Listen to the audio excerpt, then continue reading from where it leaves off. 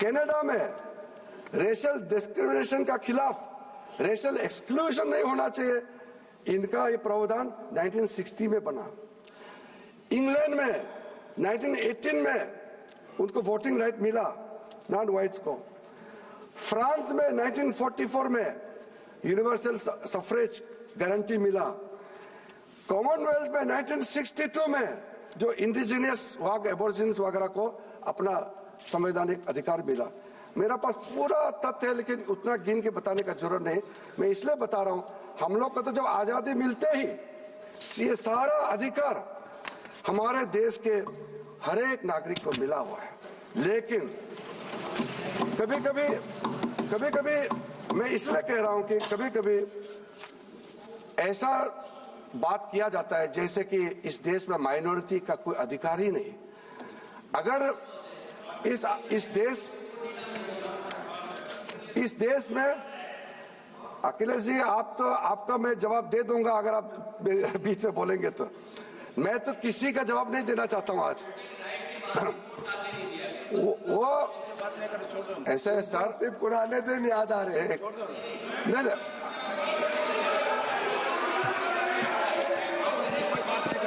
Sir मैं अखिलेश जी को मैं जवाब नहीं देना चाहता हूं, क्योंकि उनको जवाब देंगे तो फिर वो मुश्किल में पड़ जाएंगे। समाजवादी का समय में उत्तर प्रदेश में क्या हालत था सर। मैं सर ये बात सर मैं माननीय मंत्री जी बोलिए। सर जो नैरेटिव क्रिएट किया जा रहा है, मैं आपके सामने में बोलना चाहता हूं सर। कुछ सर्वे है, ग्लोबल सर्वे सामने में हमने पढ़ा है, उसमें centre for policy analysis in European union का सर्वे के मुताबिक यूरोपियन यूनियन में 48% लोग डिस्क्रिमिनेशन के शिकार हुए हैं, ऐसा मानता है ये सर्वे का रिपोर्ट आया है। उसमें से ज्यादातर मुसलमान धर्म को मानने वाला, इस्लाम धर्म को मानने वाला का रिपोर्ट है। फ्रांस में कई डिस्क्रिमिनेशन का रिपोर्ट पेश किया। मैं नहीं कह रहा हूं, रिपोर्ट के बारे में मैं बता रहा हूं। उसमें जो हेड स्कार्फ पहनते हैं, बुर्का पहनते हैं, इसको लेकर के मेजॉरिटी मुस्लिम कम्युनिटी के लोग ने उसको आपत्ति किया है और कहा कि ये उनके खिलाफ डिस्क्रिमिनेशन किया जा रहा है। स्पेन में इंटीरियर हेड क्राइम्स, मुस्लिम के खिलाफ हेड क्राइम का रिपोर्ट इतना हाई है, ये भी इन्हीं का रिपोर्ट में जिक्र किया गया है सर। इंडोनेशिया जो मुस्लिम डोमिनेटेड देश है, वहां में शियास और अहमदियास के खिलाफ में डिस्क्रिमिनेशन किया जाता है करके रिपोर्ट में आया है। मैं नहीं कह रहा हूं, ये रिपोर्ट में कह रहे हैं। पाकिस्तान का हालत आप जानते हैं, बांग्लादेश में जो होता है आप लोग मालूम है, अफगानिस्तान में सिखों का संख्या, हिंदूज का संख्या, ईसाई का संख्या क्या हो गया आपको मालूम है।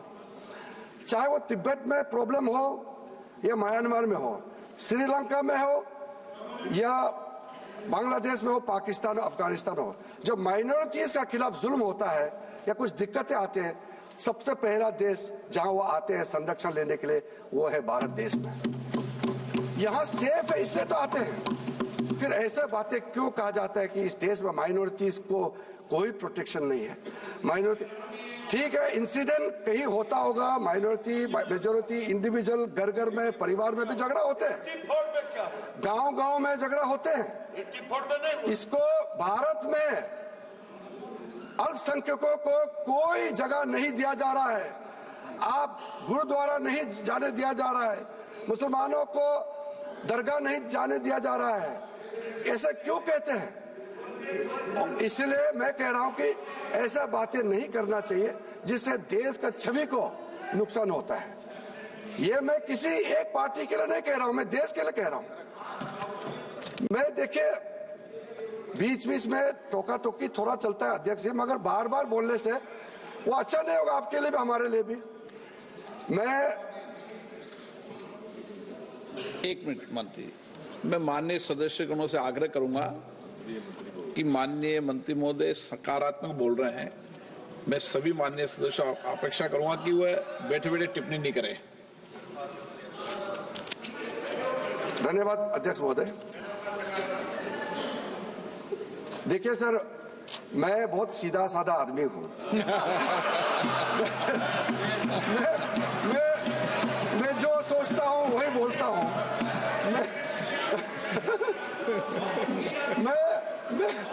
मैं बहुत सीधा साधा आदमी हूं। मैं जो सोचता हूं वही बोलता हूं। मैं संसदीय कार्य मंत्री के रूप में आपसे लगातार संपर्क करता हूं। आपको अगर पसंद नहीं आता है तो कम से कम आप लोग झेलना पड़ेगा कुछ सालों तक। तो हमसे ही बात करके मिलके काम करना पड़ेगा। आप और हम एक ही हैं, पार्टी अलग है। अगर जब मेरे साथ काम करने का सहन शक्ति खत्म हो जाएगा तब आप प्रधानमंत्री जी को बता दीजिए कि आपके पास अभी सहन नहीं कर सकता है मेरे साथ काम करने का। तब तक तो काम करना पड़ेगा। मैं आपके लिए भी करता हूं, अपने लिए भी करता हूं। इसलिए ज्यादा टोका टोकी मत कीजिए, थोड़ा शांति से सुनिए। सर, बाबा साहब अम्बेडकर के बारे में कल कई लोगों ने जिक्र किया, इसलिए मैंने भी शुरू में कहा कि बाबा साहब भीमराव अम्बेडकर नहीं होते तो हम जैसे कई लोग इस सदन में चुन के कभी नहीं आते हैं। तो आज जो बाबा साहब ने कुछ काम किया है या कुछ सोच है उसके बारे में मैं थोड़ा जिक्र करना चाहता हूं। बाबा साहब को इक्वालिटी ऑफ अपॉर्चुनिटी और सोशल जस्टिस में कैसे बैलेंस किया, उन्होंने बहुत बारीकी से, जब संविधान का रचना हो रही थी उस समय बैकवर्ड टर्म को किस तरीके से उन्होंने इस्तेमाल किया है। ये principle of opportunity and role of reservation were given foremost importance while addressing historical injustice done against the marginalized communities. और कभी भी बाबा साहब भीमराव अंबेडकर ने किसी धर्म के खिलाफ कभी उन्होंने नहीं कहा। हिंदू समाज में कुछ प्रैक्टिसेस, छुआछूत का जो व्यवस्था था उसके खिलाफ संघर्ष किया।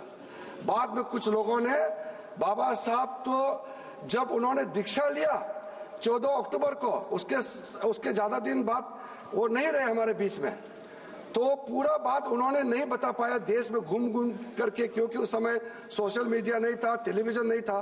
उसका बात पूरा पहुंचा नहीं पाया। मैंने बहुत डीप रिसर्च किया है। बाबा साहब ने जो कह के किया उसको बाद में कुछ लोगों ने मिस इंटरप्रेट करने का शुरू किया और कहा कि बाबा साहब भीमराव अंबेडकर ने हिंदू धर्म छोड़ा है इसलिए हिंदू धर्म के खिलाफ लड़ाई करना है। ऐसा बाबा साहब ने कभी नहीं कहा।